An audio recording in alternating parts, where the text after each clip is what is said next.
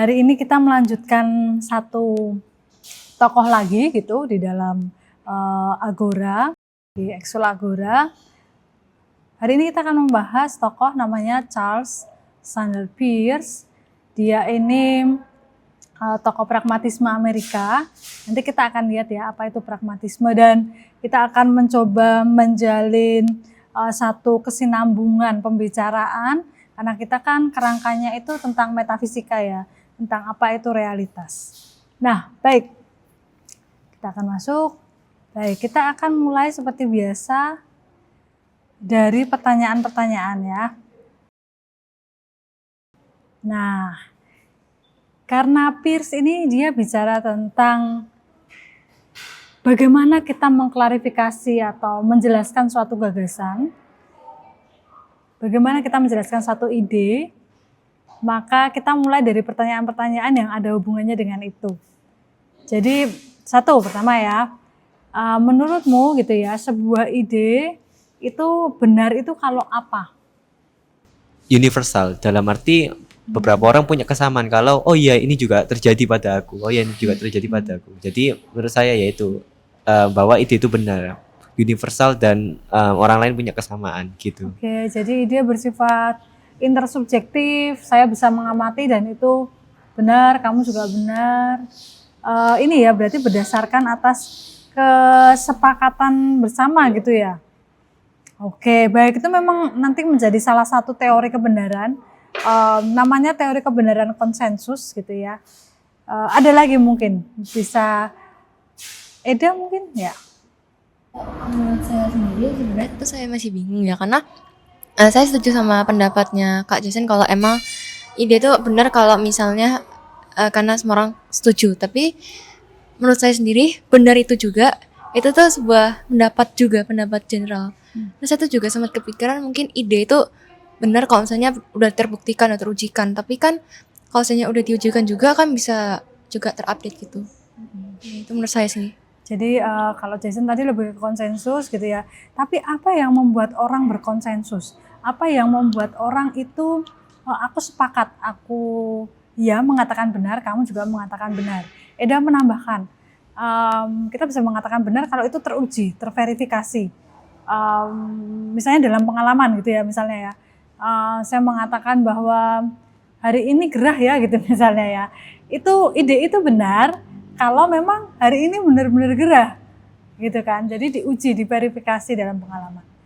Awan, benar ya Awan ya? Siapa? Kevin, oh ya, Kevin, silakan. Kalau menurut saya sebuah ide itu benar jika bisa dibuktikan dan ya banyak orang yang meyakininya juga. Nah, meyakini ini penting nih, karena nanti kita akan melihat ya bagaimana pandangan Peirce tentang apa itu keyakinan dan mengapa kita meyakini gitu ya. Kemudian keyakinan yang mana yang bisa dikatakan sah gitu ya, kita yakini. Keyakinan yang seperti apa sih? Kalau ada macam-macam keyakinan, terus kalian memilih yang mana dan berdasarkan apa? Nah, kita akan lihat itu. Pernah nggak kamu berpikir juga bahwa ide itu benar jika dia bisa berguna dalam tindakan kita? Jadi ide ini benar sejauh itu bisa kita lakukan. Pernah nggak memikirkan itu? Pernah ya? Misalnya gimana? Oh iya, ya saya juga pernah berpikir seperti itu. Cuman saya menganggap bahwa ide yang saya lakukan dan itu berdampak pada saya, itu belum tentu universal gitu, belum tentu teruji. Namun saya hanya meyakini. Jadi beda antara meyakini dan membenarkan. Nah, kalau yang membenarkan seperti yang saya bilang yaitu universal, kesepakatan bersama. Dalam arti ya, yang membenarkan itu seperti teori-teori yang sudah teruji dalam atau bisa dibilang pengetahuan yang benar-benar benar gitu. Nah, tapi kalau hanya berlaku pada saya dan hanya saya saja yang diuntungkan tetapi orang lain tidak memiliki pengalaman yang sama, itu hanya sebatas saya yakini. Contohnya banyak ini misal di sekolah gitu ya, itu waktu kerja karya tulis ilmiah itu banyak sekali interpretasi. Nah, sementara kita ini nggak diajarkan gitu interpretasi karya tulis ilmiah apa yang benar-benar itu standarnya gitu. Kita cuman diajarkan ya apa adanya lah kadarnya gitu. Nah, jadinya kita kayak punya keyakinan sendiri. Enggak, ini formatnya tuh harus kayak gini. Enggak, daftar pustakanya tuh harus kayak gini. Nah, cuman ya pada akhirnya kita nggak ada yang benar, tidak ada kesepakatan bersama, dan ya kita masing-masing hanya meyakini bahwa ini yang nyaman buat kita dan ini yang bisa kita kerjakan seperti itu. Cuman ya tetap bagi saya itu hanya sebatas keyakinan. Jadi tidak sampai ke level kebenaran gitu ya, menurut karena kamu ya. Menurut saya keyakinan itu bisa benar dan bisa salah, dan probabilitasnya nggak mungkin pasti benar, yang ada semuanya pasti salah gitu. Berbeda dengan pengetahuan ya pasti benar gitu.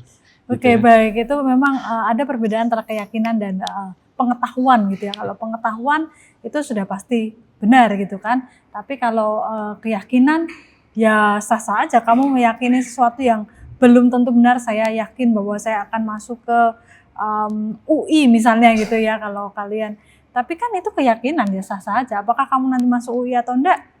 Ya enggak jadi masalah, meyakini kan itu meyakini. Tapi itu belum jadi pengetahuan kemudian karena belum teruji, belum terverifikasi gitu. Nah, baik. Betul bahwa di dalam pragmatisme ini nanti, pragmatisme itu kurang lebih dia bicara soal ini. Dia bicara bahwa ide-ide yang benar itu adalah ide-ide yang bisa diwujudkan di dalam tindakan. Nah, memang ada kelemahannya, betul. Pragmatisme itu kelemahannya memang partikular. Kayak yang Jason bilang tadi. Apa yang berlaku praktis buat aku, belum tentu berlaku praktis buat kamu.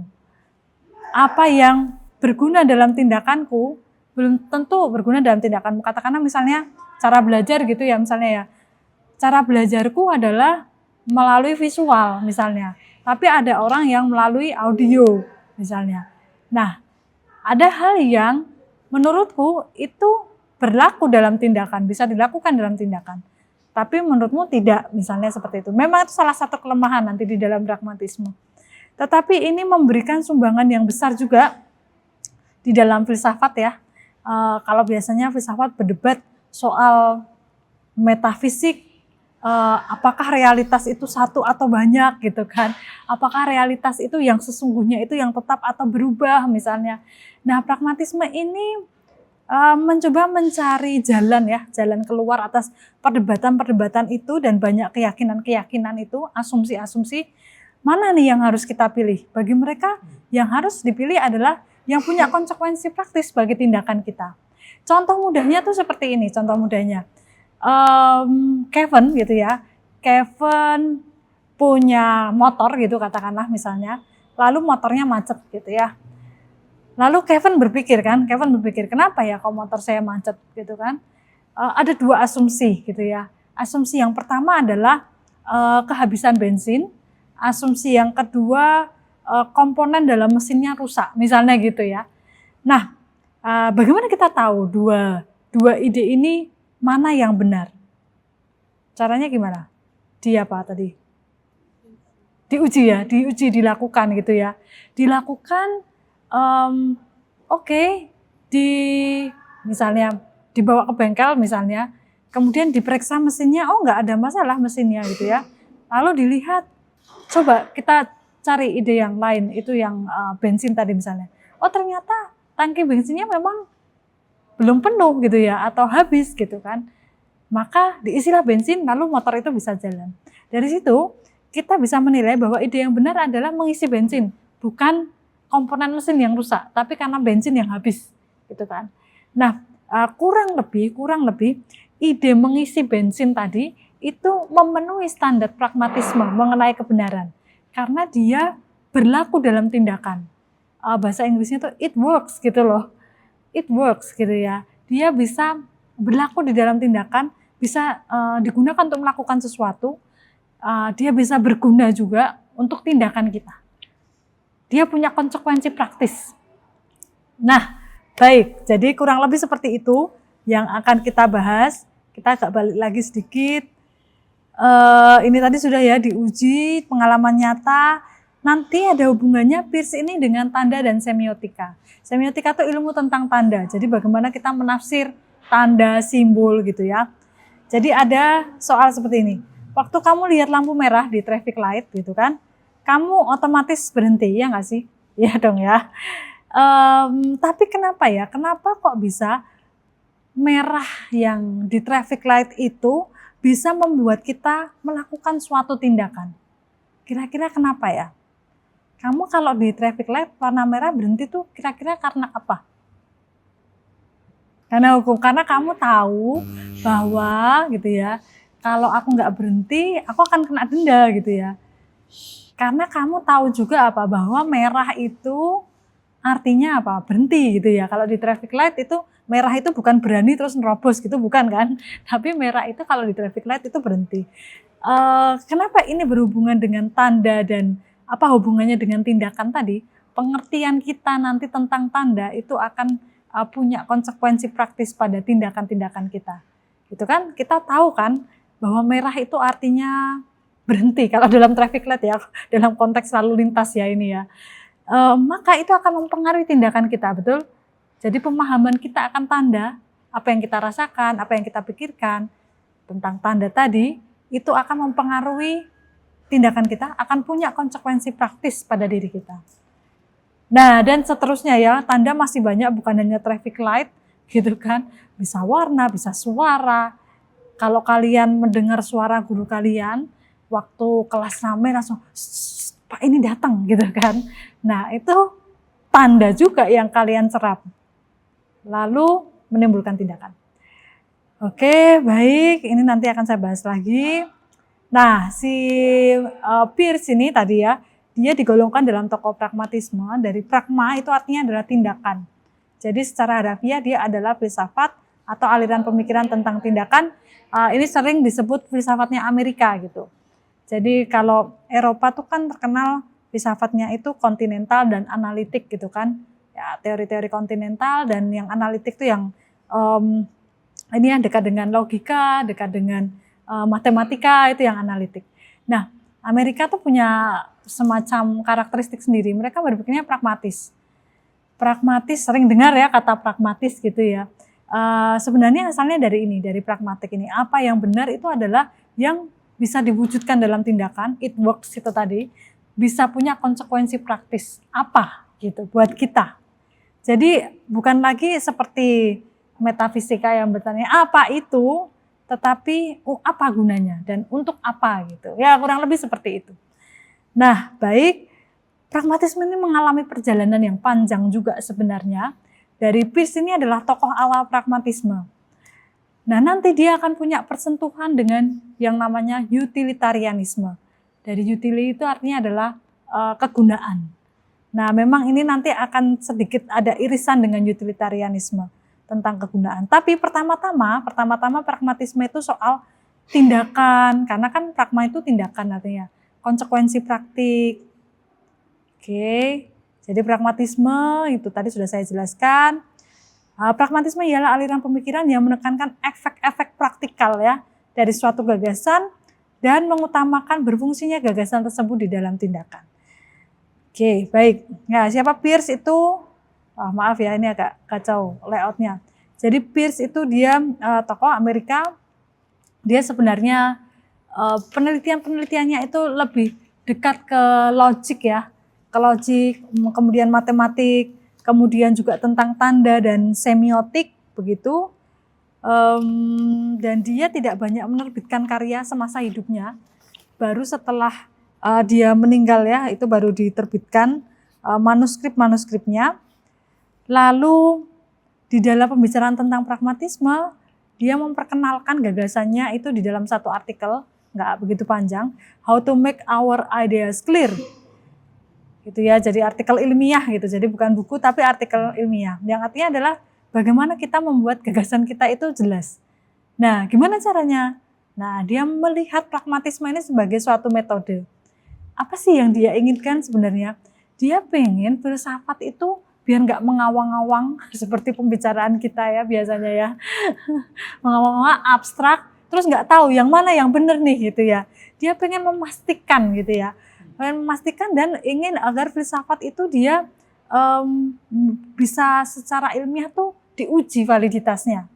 Nah memang ya kalau kita lihat situasi hidupnya ya, tahun 1800-an itu ya, 1859 dia lulus dari kampus Harvard. Itu adalah tahun di mana diterbitkannya Charles Darwin, Origin the Species of Species. Mengapa penting dan saya sebutkan di sini karena itu menunjukkan bagaimana kondisi akademik ya, kondisi akademik masa itu. Ya, mereka pengen semua tuh diuji secara ilmiah misalnya. Kemudian perkembangan ilmu pengetahuan dan teknologi, nah itu mempengaruhi bagaimana si Peirce ini berpikir. Nah, dia berpikir bahwa filsafat juga bisa seperti ilmu gitu ya. Bisa diuji validitasnya melalui konsekuensi-konsekuensi praktis. Oke, lalu pragmatisme ini tadi dilihat sebagai metode untuk membuat pikiran kita menjadi jelas. Gitu. Jadi kalau teman-teman punya keraguan, apa sih keraguan kalian? Apa ya misalnya ya?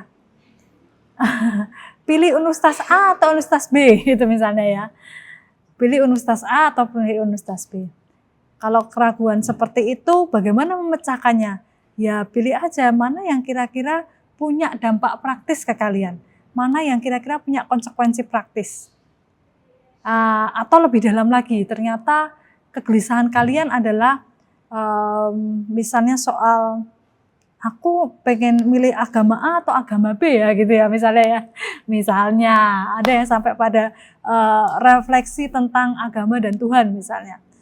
Maka kalau menurut pragmatisme agama A atau agama B, ya mana agama yang menurut kamu membawa konsekuensi praktis untuk tindakanmu. Percuma kamu beragama A, tapi kalau kamu nggak berbuah di dalam tindakan, tidak ada perubahan di dalam tindakan. Nah, itu caranya pragmatisme, mengklarifikasi gagasan. Oke, jadi kurang lebih Peirce ini ingin memperjelas makna gitu ya, melalui metode saintifik sebenarnya. Gitu ya, untuk menentukan maknanya apa melalui metode pragmatisme. Oke, di sini saya akan langsung aja. Peirce ini juga terkenal sebagai tokoh semiotik ya, tentang tanda tadi. Pemikirannya tentang pragmatisme yang punya konsekuensi praktis tadi ya, itu berhubungan juga dengan pemikirannya tentang tanda. Oke, jadi dalam tanda itu menurut dia ada 3 hal ini. Saya mau bertanya lagi nih, bagaimana teman-teman tahu kalau merah putih itu adalah, apa sih artinya merah putih? Bendera Indonesia apa? Lambang apa? Oh ya. Oh, merah darah, putih tulang. Ada lagi? Melambangkan apa Eda? Merah.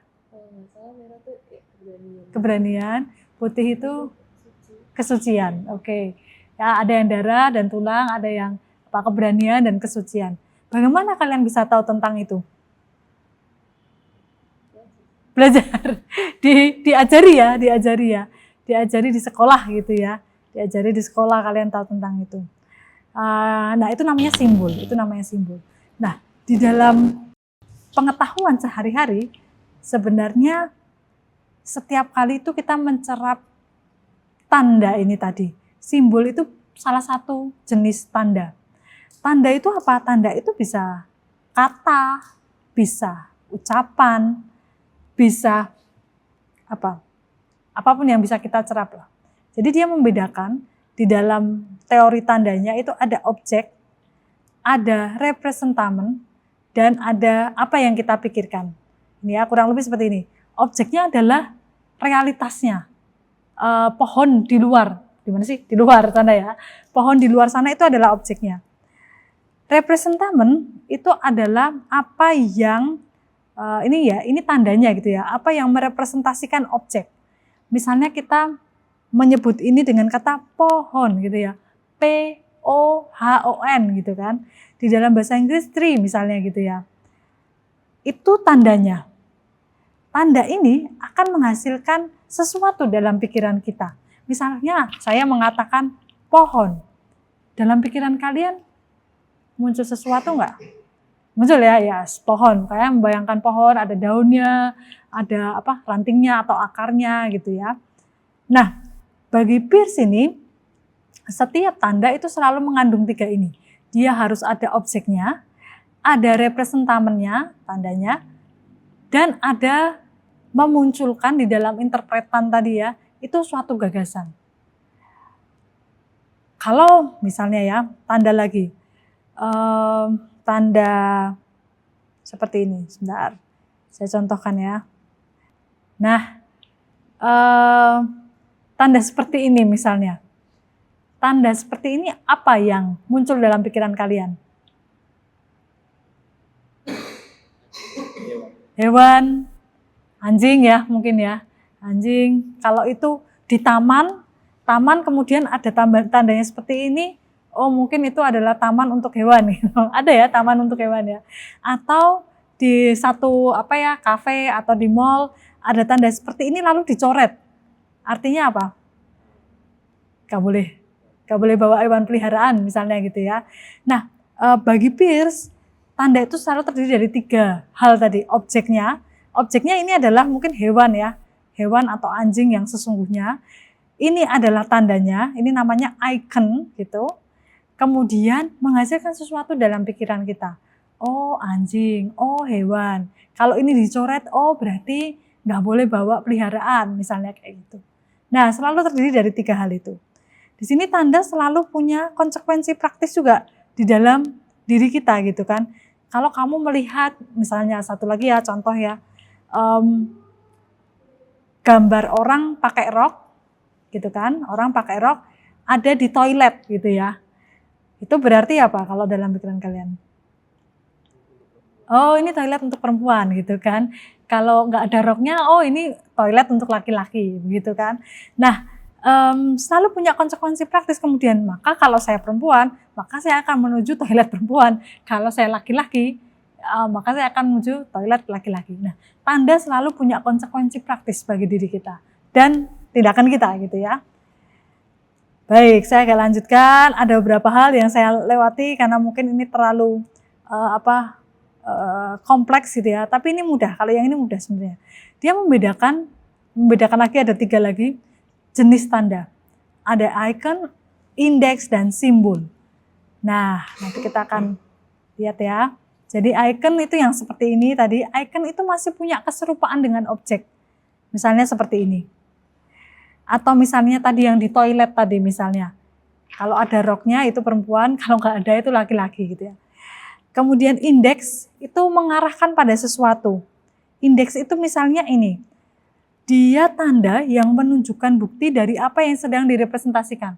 Indeks itu misalnya gini, ada asap. Itu tandanya ada apa? Ada api gitu ya. Jadi asap itu sebagai indeks. Jadi dia bukti dari adanya sesuatu yang direpresentasikan. Lalu juga mengarahkan pada sesuatu juga. Misalnya ini namanya indeks. Kalau dalam bahasa Inggris jari telunjuk itu apa? Dalam bahasa Inggris. Ada yang tahu?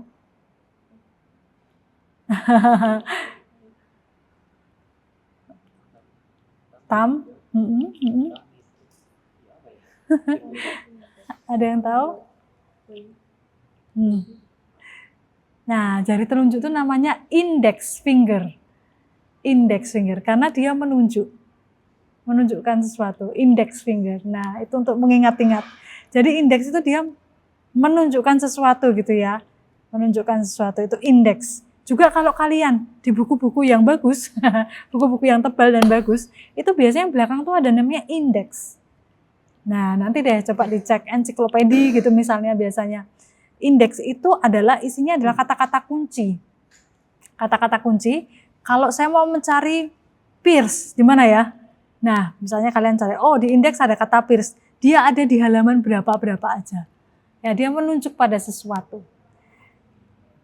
Nah, simbol tuh seperti ini. Simbol tuh biasanya tidak punya kedekatan visual ya. Nggak punya kedekatan visual dengan objek atau realitas. Apa hubungannya misalnya gitu ya. Kalau ini mungkin masih kita bisa pahami ya, oh moon itu seperti ini gitu ya. Tapi misalnya simbol agama-agama gitu ya. Atau misalnya huruf misalnya gitu ya. Atau angka, kenapa kok yang namanya seperti ini nih sigma gitu. Kenapa kok yang namanya yang seperti ini tuh A, yang seperti ini D dan seterusnya. Gitu. Simbol ini biasanya tidak langsung kita ketahui, tapi kita diajari biasanya. Misalnya tadi oh merah putih itu merahnya di bendera Indonesia itu keberanian misalnya gitu ya. Padahal sebenarnya ya ada kan macam-macam merah yang lain ya.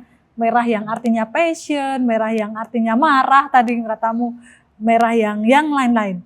Tapi kita diajari di bahasa bendera Indonesia merah itu artinya adalah berani. Simbol ini biasanya kesepakatan gitu ya. Dia nggak ada kedekatan secara visual, tapi dia merepresentasikan tadi satu konsensus. Yang seperti ini kita sebut pohon. Ada nggak masyarakat lain yang menyebut itu bukan pohon? Ya ada gitu ya. Oh sebenarnya mungkin tree gitu ya. Dan seterusnya. Jadi dia membedakan ada 3 jenis itu tadi. Ada icon, ada icon, indeks, dan simbol. Oke, apa hubungannya dengan pragmatisme gitu ya? Jadi Peirce ini menekankan sebenarnya kita nggak tahu sih kualitas atau esensi si benda itu. Yang bisa kita tahu hanyalah sifat-sifatnya. Kita hanya bisa tahu, oh ini panas, oh meja ini meja marmer, ini keras gitu ya. Kita hanya bisa tahu sejauh kita menerima konsekuensi praktis dari benda itu. Di contohnya gitu ya, contohnya. Katakanlah ada seseorang yang nggak tahu apa itu meja gitu ya, mungkin ngomong sama orang yang beda bahasa ya, dia bahasa asing misalnya. Terus dia nggak tahu meja, apa itu meja gitu ya. Meja itu, terus kamu berusaha menjelaskan kan, meja itu yang seperti ini loh, kalau keras gitu, kalau diketuk itu keras, bukan empuk gitu kan. Biasanya dia datar, nggak bergelombang gitu ya. Biasanya digunakan untuk apa? Menulis misalnya, dan seterusnya, atau meletakkan sesuatu. Nah, bagi Peirce bahkan semua pengetahuan kita itu dibentuk oleh konsekuensi-konsekuensi praktis yang kita ketahui dari benda itu. Ya, kita nggak akan tahu. Seperti kalau Immanuel Kant itu kita tahu nomenanya, nggak akan tahu kita nomenanya apa. Benda dalam dirinya sendiri esensinya kita nggak tahu. Kita hanya tahu sejauh konsekuensi praktis. Oh bahwa kalau benda itu disentuh itu akan seperti ini, permukaannya halus misalnya. Oh diketuk itu seperti ini. Ini belum bicara soal apa gunanya ya, tapi baru konsekuensi praktis yang didapatkan. Jadi di dalam Peirce ini sebenarnya memang masih terbatas. Konsekuensi praktis tidak selalu dikaitkan dengan guna, tapi apa yang berlaku dalam tindakan kita. Apa yang bisa kita rasakan, apa yang bisa kita cerap gitu ya, itu termasuk di dalam konsekuensi tindakan praktis. Ya, baik. Jadi itu efek praktikal, kemudian kita agak balik dulu ya. Atau teman-teman punya pertanyaan dulu? Silakan kalau teman-teman punya pertanyaan sebelum saya lanjut ke yang berikutnya. Dari pragmatisme ini, dari Peirce ya. Apa nanti efeknya ya dalam bicaraan kita kan bicara tentang metafisika kan. Nah, ini kita baru mau masuk ke konsekuensi praktis nih. Saya tertarik dengan pemikiran Peirce ini, terutama dalam hal bagaimana dia memecahkan persoalan yang perdebatan metafisik misalnya gitu ya, yang sulit dipecahkan kalau kita punya 2 atau 3 atau lebih ide, lalu kita mau menentukan yang mana gitu ya. Dia bicara soal ini, antara keraguan, keyakinan, dan tindakan gitu ya. Teman-teman semua pernah ragu-ragu ya? Pernah ragu-ragu ya dalam hal apapun ya, baik itu hal-hal praktis, aku milih minuman apa ya, atau aku hari ini mau makan apa ya, sampai ke hal-hal yang lebih berat, aku mau sekolah di mana misalnya, sampai ke hal-hal yang sangat mendalam gitu ya, apakah Tuhan itu hanya proyeksi kita atau sungguh-sungguh ada, apakah saya harus beragama atau tidak beragama, kalau beragama saya harus agama apa ya, itu keraguan. Kita semua pernah mengalami keraguan gitu ya. Nah, Peirce ini bilang keraguan itu terjadi gitu ya. Keraguan itu terjadi ketika tadi ya pikiran itu terganggu, dan keraguan ini akan reda kalau kita mencapai satu keyakinan. Bagaimana kita bisa mencapai satu keyakinan? Caranya adalah dengan berpikir. Jadi doubt, ragu, berpikir, thought, sampai ke state of belief, sampai ke keadaan meyakini gitu ya. Keyakinan, baru setelah dari keyakinan itu menghasilkan habits of action. Bagi dia tidak hanya sampai pada keyakinan lalu selesai, tapi harus sampai ke habits of action. Nah, pikiran tadi, dia selalu punya motif, ide gitu ya. Dan fungsi untuk memproduksi keyakinan. Artinya kalau kita ragu apa yang kita lakukan? Ya berpikir mana yang akan saya pilih. Nah, kalau bagi Peirce tadi ya, kita sudah tahu bahwa pilihannya adalah mana yang membawa konsekuensi praktis dalam tindakan gitu ya. Kalau saya beragama tapi saya tetap melakukan kejahatan, atau saya beragama tapi saya malah membunuh orang lain misalnya, itu tidak sesuai gitu kan, tidak sesuai dengan konsekuensi praktis. Harusnya kalau saya beragama, saya harusnya jadi manusia yang lebih baik dong, bukan malah membatasi orang lain, bukan malah misalnya ya sampai membunuh orang lain misalnya. Nah, oke, dari state of belief tadi itu akan sampai pada habits of action karena kita punya keyakinan bahwa itu memang layak diyakini gitu kan. Jadi fungsi dari berpikir bagi dia adalah meredakan keraguan tadi untuk mencapai satu keyakinan. Betul bahwa tidak semua keyakinan adalah kebenaran, betul. Tapi sesuatu yang benar itu pasti meyakinkan. Sesuatu yang benar pasti meyakinkan. Tapi nggak semua keyakinan itu benar ya memang ya. Baik, lalu apa itu keyakinan? Keyakinan adalah sesuatu yang kita sadari bagi Peirce ya. Lalu dia meredakan gangguan keraguan tadi. Dan ketiga yang tidak lupa adalah dia menciptakan suatu tindakan atau habit. Kita ragu bagaimana caranya kita bisa lulus ujian nasional, kalau ada ujian nasional gitu ya misalnya ya. Lalu kita berpikir bagaimana caranya kita bisa belajar gitu kan misalnya.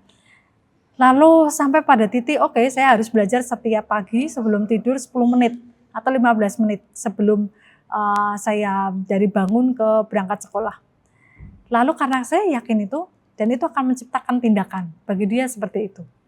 Jadi di sini keyakinan itu mengarahkan pada satu tindakan ya. Dia menjadi rule of action-nya. Oke, jadi keyakinan di sini stopping place, tapi juga starting place. Maksudnya apa? Maksudnya yang ini ya. Ini ya.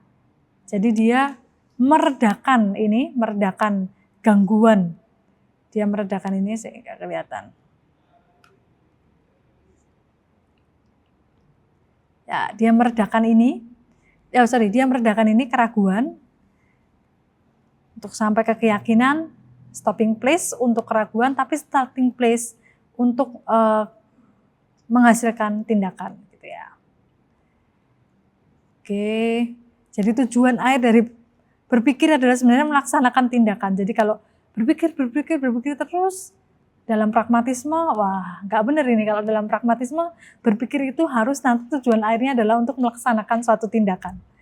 Jadi esensi dari keyakinan adalah menjaga kesinambungan habit gitu ya, kebiasaan tertentu, kebiasaan bertindak.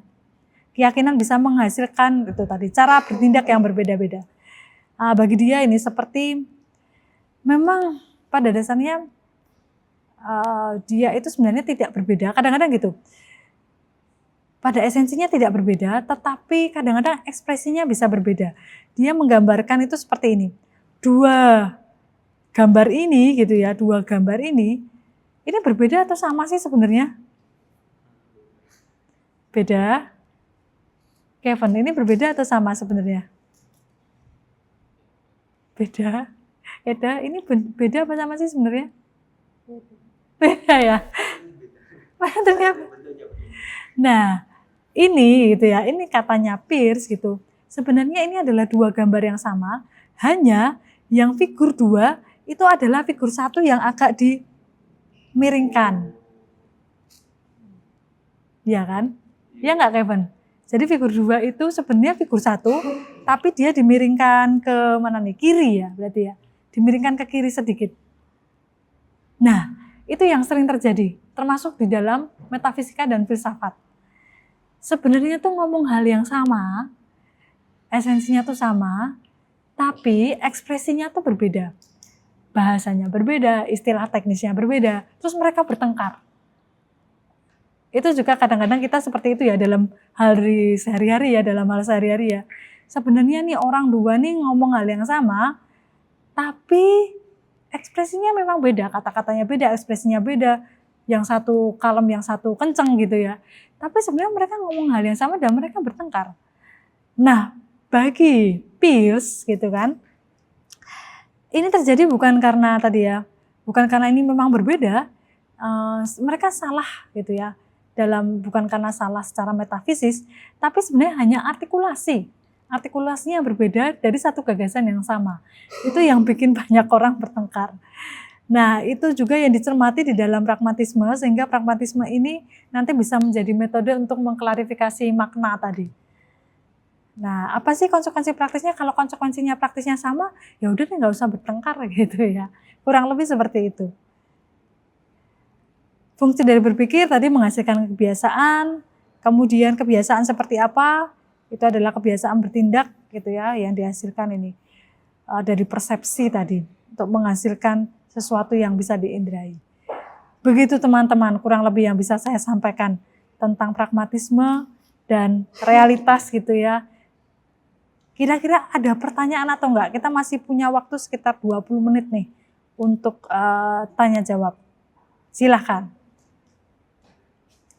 Atau mungkin ini kalau nggak ada pertanyaan, tolong masing-masing gitu ya, masing-masing mengungkapkan apa sih yang menarik dari Peirce ini, apa yang membuat kalian itu atau terkesan atau saya baru pertama kali ini mendengar, apa impresi kalian tentang Peirce itu apa kira-kira? Boleh berpikir dulu ya, saya kasih waktu ya, boleh berpikir dulu. Apa yang kira-kira menarik atau berkesan untuk teman-teman? Pertanyaan bebas juga boleh ya. Oke, ada yang mau jawab dulu? Apa yang membuat kalian terkesan gitu atau apa sesuatu yang baru? Jason mau menjawab dulu. Apa yang kira-kira berkesan? Kalau dibandingkan dengan apa ya, agak mirip sama filsafatnya Plato tentang substansi itu, substansi atau konsep ya, agak mirip sih. Cuman nggak tahu bagi ibu itu dua hal yang sama atau enggak. Cuman saya kok agak mikir itu mirip. Sama kenapa ini kamu sih. Kok berpikir itu mirip? Soalnya gimana ya? Enggak jadi mirip setelah pikir-pikir. Soalnya ya gitu. Sama ini sih Bu, saya mau tanya, kira-kira pragmatisme sama intuisi itu ada hubungannya enggak ya?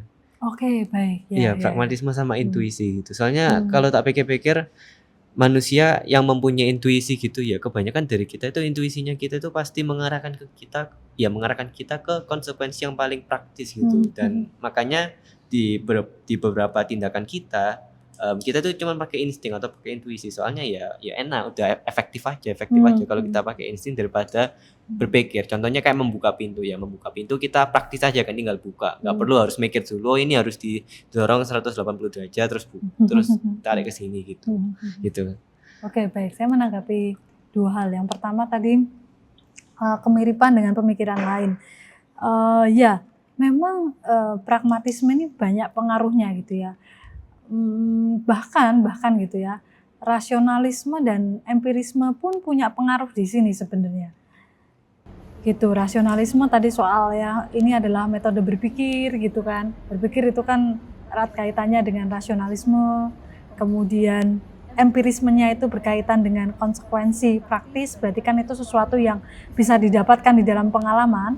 Tapi dia juga tidak hanya berhenti di situ aja gitu. Tapi dia lebih dari sekedar itu, ide itu harus membawa sesuatu ya, dampak bagi tindakan kita. Jadi nggak sekedar mencocokkan dengan realitas seperti empirisme. Oh, bahwa sekarang hujan maka di luar harus hujan. Atau ternyata di luar hujan maka benar ide saya. Jadi tidak hanya sekedar mencocokkan, tapi sampai lebih jauh daripada itu adalah dampak. Gitu. Jadi memang ada banyak, dia menyeimbangkan banyak tendensi. Termasuk nanti kalau kamu bilang itu mungkin antara yang idealisme gitu ya, patokan idealisme dengan yang realisme. Nah dia selalu berada di tengah-tengah dan berusaha menjembatani perdebatan-perdebatan ini gitu. Misalnya tadi dia bilang soal kita nggak akan tahu tentang feeling dari benda itu atau inti dari benda itu kita nggak tahu. Yang bisa kita tahu adalah aksidensinya kan, sifat-sifat gitu, hal-hal yang bisa kita cerap. Gitu. Jadi memang pasti ada semacam kesinambungan ya, ada kesinambungan, tapi juga dia mau menengahi perdebatan antara yang satu dan yang banyak, antara rasio atau empiri, antara apalagi tetap atau berubah gitu. Itu pragmatisme. Kemudian tadi soal intuisi ya. Nah memang perlu kita kaji lagi apa sih sebenarnya intuisi itu gitu ya. Apa sih yang kamu maksud dengan intuisi gitu kan? Karena intuisi ini punya pengertian yang berbeda gitu ya di antara filsafat barat dan filsafat timur. Filsafat timur mungkin mengatakan intuisi itu erat kaitannya dengan rasa, dengan rasa gitu ya kalau dalam bahasa Jawa. Oh rasa-rasanya sih seperti ini gitu ya. Tapi intuitif di dalam filsafat barat itu erat kaitannya dengan rasio dan akal budi. Kemudian intuitif itu bukan sekedar dapat wangsit gitu ya. Kemudian bukan juga sekedar instinktual, karena itu berbeda. Instinktual itu pada hewan. Manusia mungkin lebih intuisi tadi ya. Nah, saya menangkap dari pertanyaannya Jason tadi, intuisi ini dugaan yang masuk akal mungkin ya maksudnya ya, atau prakiraan kita, atau juga bisa juga rasa-rasanya nih seperti ini gitu. Menurut intuisi saya itu seperti ini. Nah, saya menyimpulkan seperti itu. Nah, apakah ada hubungan dengan pragmatisme? Saya bisa mengatakan iya secara implisit. Karena gini, untuk kita tahu bagaimana ide ini akan punya dampak pada konsekuensi praktis atau punya dampak pada tindakan kita seringkali mengandaikan. Gitu ya, kita seringkali mengandaikan. Ide A atau ide B ya yang benar ya gitu kan. Ya wes lah ide A aja gitu kan. Karena kita mengandaikan bahwa ini punya konsekuensi praktis. Karena tidak semua hal kita bisa coba gitu kan. Kalau motor macet kita bisa coba diisi bensin atau diganti nih komponen mesinnya. Tapi kalau itu sesuatu yang berhubungan dengan nyawa kita misalnya, kita tersesat gitu ya, tersesat di gunung, di hutan, terus aku mau naik ke atas atau ke bawah ya gitu ya. Nah biasanya kalau tersesat di hutan itu, kita jangan semakin turun ke bawah mengikuti aliran sungai gitu ya misalnya ya, itu semakin nanti jauh dan perbekalan kita kalau semakin jauh semakin menipis gitu. Jadi perlu pertimbangan, itu kan gunung bentuknya kerucut gini kan. Kalau kita di sini semakin jauh, mau ke sini semakin jauh. Kalau ini di sini kan lebih dekat gitu kan. Kalau bentuknya kerucut kan seperti itu. Nah, kita nggak bisa langsung melakukan yang mana yang A atau yang B ya. Tapi kita biasanya bisa secara intuitif tadi, dugaan yang kurang lebih masuk akal gitu. Kita memilih ini. Jadi ada hal implisit di dalam pragmatisme yang ternyata kita sebenarnya mengira-ira. Dan mengira-iranya itu pasti benar atau mungkin salah? Sangat mungkin salah gitu ya. Sangat mungkin salah kalau kita mengira-ira itu ya sulit dideteksi kan, diidentifikasi konsekuensinya apa. Nah itu kelemahan di dalam pragmatisme. Gitu. Ya.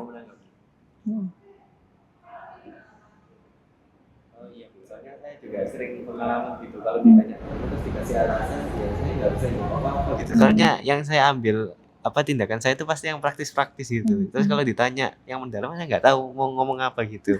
Makanya saya ya tanya kayak gitu tadi. Gitu ya. Makasih Bu. Ya, saya. Kayak gitu ya. Jadi ternyata hal yang kita pikir selama ini praktis gitu ya, ternyata itu juga ada filsafatnya juga ya, itu adalah konsekuensi praktis tadi. Kita lanjutkan ya, Eda dulu atau Kevin dulu? Jadi apa yang paling mengesan? Eda dulu kayaknya. Kenapa? Oh, oke. Masih belum. Tapi apa yang kamu tangkap dari Pierce ini apa?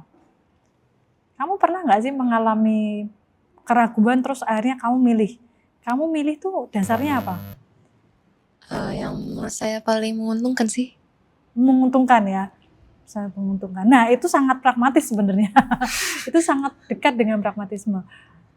Nanti gitu ya pada perjalanan sejarahnya, pragmatisme ini nanti ketika sampai ke dalam salah satu tokoh namanya William James, dia itu bersinggungan dengan utilitarianisme yang menyatakan bahwa ide itu benar kalau ide itu berguna bagi sebanyak-banyaknya orang. Jadi bukan hanya berguna bagi dirimu aja, tapi sebanyak-banyaknya orang. Semakin banyak orang yang bahagia, semakin banyak orang yang menikmati kegunaan dari ide itu semakin benar gitu. Ini saya boleh nanya nggak? Ya boleh. Saya izin nanya. Pertama itu kan saya sempat baca yang mana ya? Apa yang kalau misalnya si Pierce ini kan tertarik buat untuk ilmu filsafat yang dapat diuji segala macam. Nah itu berarti apakah pragmatisme ini tuh ada hubungannya sama positivisme? Oh ya baik, pragmatisme dan positivisme. Ya, dia sangat berkaitan dalam hal ini ya. Karena positivisme itu mendorong gitu kan. Positivisme itu mendorong ilmu pengetahuan untuk maju dengan metodenya. Dia menguji validitasnya itu melalui pengalaman dan eksperimen dengan metode saintifik tertentu. Pragmatisme juga demikian gitu ya. Pragmatisme ingin juga menguji segala sesuatu itu secara pragmatik, secara apa sih konsekuensi praktisnya. Jadi kalau di dalam perbedaannya ya, tapi ya perbedaannya di dalam positivisme itu dia kan menekankan lebih ke di dalam pengalaman seperti apa. Dia bisa dilakukan eksperimen nggak dengan langkah-langkah dan tahap-tahap tertentu. Di dalam pragmatisme, dia lebih daripada itu. Dia bukan hanya mengecek dalam pengalaman, tetapi membawa dampak nggak bagi kita. Itu kan sesuatu yang lebih jauh kan, nggak cuman dia sesuai dengan realitas, tapi membawa dampak atau membawa apa tadi kalau ini konsekuensi nggak untuk tindakan kita. Kalau enggak, ya ditinggalkan aja. Jadi ada hubungannya, positivisme itu mempengaruhi kemajuan ilmu pengetahuan dan teknologi, dan itu sangat mempengaruhi Pierce juga, karena pada masa-masanya itu 1800-an pertengahan itu ya, di mana ilmu pengetahuan itu juga maju dengan pesat, termasuk bukunya Charles Darwin misalnya, itu ditemukan di masa-masa itu, dibuat di masa-masa itu, disusun di masa-masa itu, dan itu mempengaruhi iklim berpikirnya, termasuk iklim berpikirnya Pierce. Dia juga seorang matematikawan kan, si Pierce ini. Gitu. Jadi semangatnya sama untuk melakukan validasi, untuk menguji sesuatu ya. Hanya perbedaannya tadi, positivisme berhenti sampai verifikasi empiris dengan metode-metode tertentu, dengan ya tahap-tahap lah, diuji, hipotesis, dan seterusnya. Tapi pragmatisme jauh daripada itu, verifikasi tentu iya di dalam pengalaman, tapi juga apa konsekuensinya. Jadi ibaratnya kalau ada dua teori gitu ya, dua teori mau memilih yang mana nih gitu ya, dua-duanya bisa sama benar. Kamu kalau ngerjain matematika, kadang-kadang caranya beda tapi jawabannya sama gitu kan. Ya kan bisa kan. Satunya lebih singkat, satunya lebih panjang. Itu juga bisa. Nah kalau di dalam ilmu pengetahuan, mana yang dipilih? Ya yang lebih singkat. Yang lebih singkat dan lebih simpel, dia bisa menjelaskan hal yang sama banyaknya dengan yang ruwet. Ya pasti dipilih yang lebih singkat gitu. Jadi ada konsekuensi praktis kan, kita lebih, itu punya dampak ke kita jadi nggak ruwet kalau pakai itu misalnya. Begitu sih Eda. terakhir ya Kevin ya. Kevin apa yang berkesan? Atau ada juga pertanyaan, silahkan.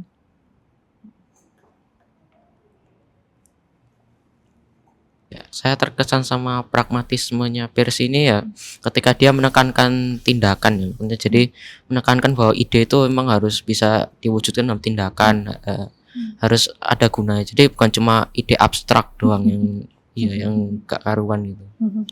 Iya.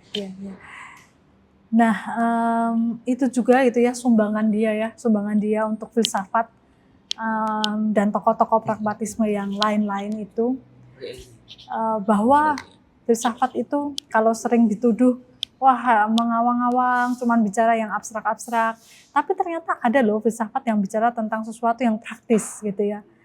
Walaupun ketika dia bicara ini gitu ya, mungkin dia juga mengingkari semangat pragmatisme untuk udah deh nggak usah terlalu banyak berteori gitu kan, yang praktis saja. Tapi ternyata dia berteori tentang yang praktis gitu ya. Oke, baik kawan-kawan, saya kira seperti itu ya hari ini ya. Jadi kita membahas tokoh yang pragmatismenya Pierce. Pierce ini sebenarnya tidak hanya terkenal pragmatismenya, tapi seperti saya bilang tadi, dia terkenal dengan teorinya tentang tanda, terutama tentang yang ini icon, indeks dan simbol ini. Lalu hal-hal atau kata-kata kunci yang penting adalah ide yang benar itu adalah ide yang membawa konsekuensi praktis. Itu yang kata-kata pentingnya ya. Kemudian tadi efek dari berpikir adalah dia harus bisa menciptakan suatu tindakan. Terima kasih teman-teman. Kita jumpa minggu depan lagi dengan tema yang lain lagi. Terima kasih.